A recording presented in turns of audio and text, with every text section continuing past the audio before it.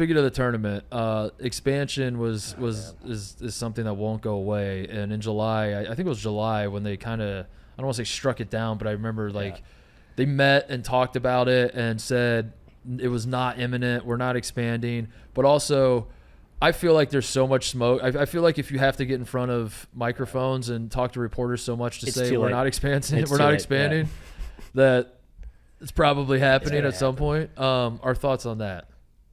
Why do you got to destroy something that's perfect? You know, I think the realignment. Why do you hate crush change? it? I'm just kidding. Because what you said, right? Some teams got to finish 14th in the Big 12. Yeah.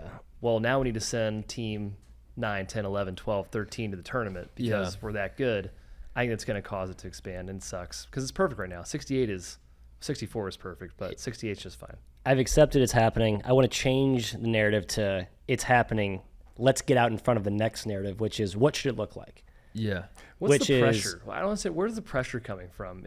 All to the expand? Coaches want it. Why? But who cares, right? NCAA should be like, we don't care what you say. They have all those like bonuses in their contracts. They're afraid to be broken off by bigger leagues. It's the strongest. It's the tightest fraternity of any fraternity in the world is the college basketball. Every coach loves every coach, at least publicly, and I think generally privately too.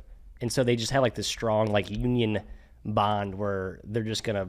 And then obviously the money is just too much to ignore for the.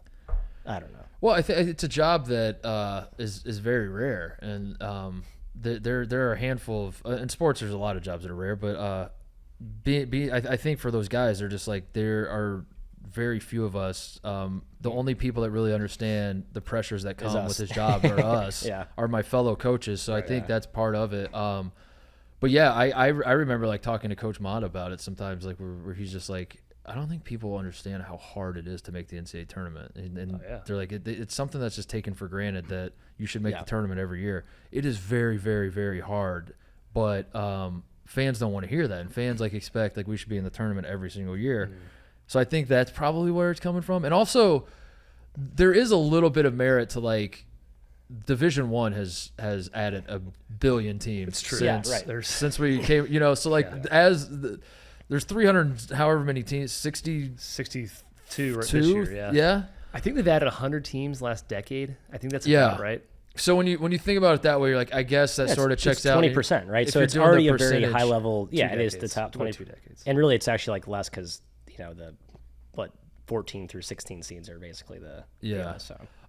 I've also accepted it, and I think I don't like it. What should it look like though? If we had the power as czars. Here's what it should be. I have the answer to this question. It should be the number of first round games stays roughly this. They just expand the play-in bracket. That's all I want. Exactly. That's all it is. That's where I've landed. Where I'm like, I don't like that. I'm just resistant to change in general. But ultimately, I guess if it's going to happen, I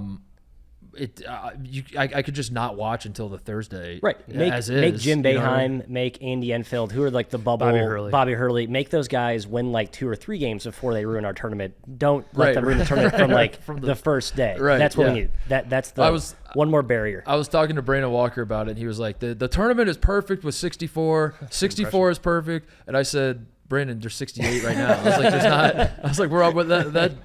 That dam is already busted. And I guess that's where I agree. I think 64 is perfect.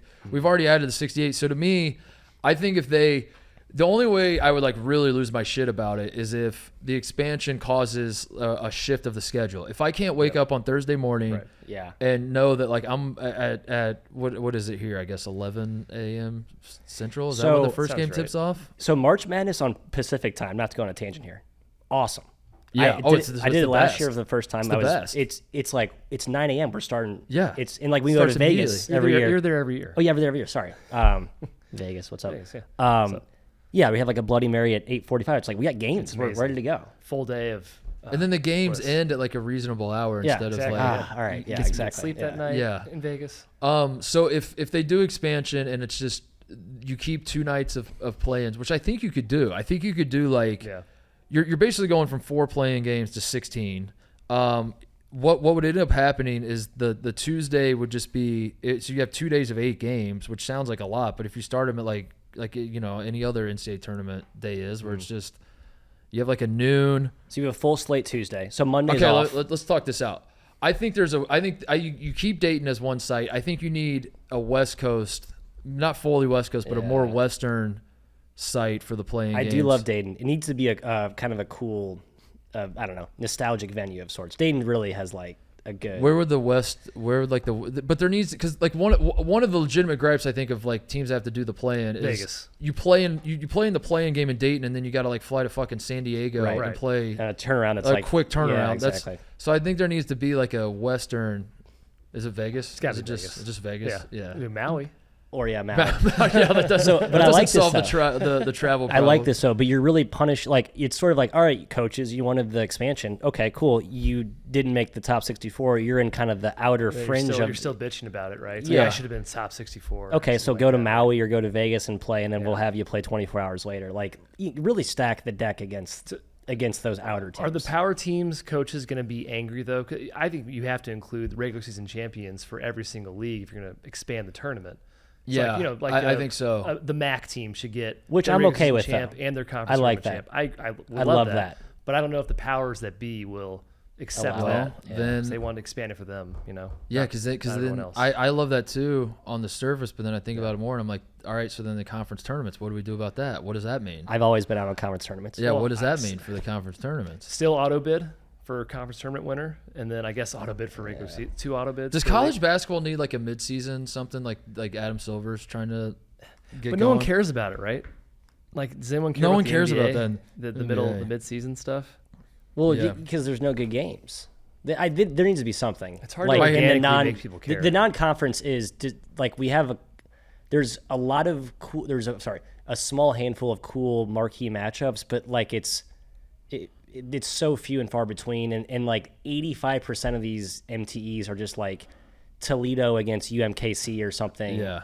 And it's just like, what are we? I remember talking to Todd Kowalczyk this summer, and he's like, man, I'll be honest with you, the MTEs, like, some are good. Majority of the time, they're a complete disaster. He said they lost, because they lost to, like, I mean, Toledo was really good this year, right? They beat UAB. Like, wow, Toledo's so fun. And then they lost to UMKC, and he's like, we played on 10'4" rims. We got there. The ref showed up late.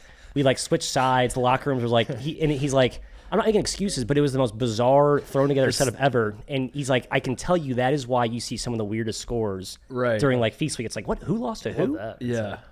Yeah. So I mean, maybe the gimmicky part's fun, but I don't know. I'd rather just see good games.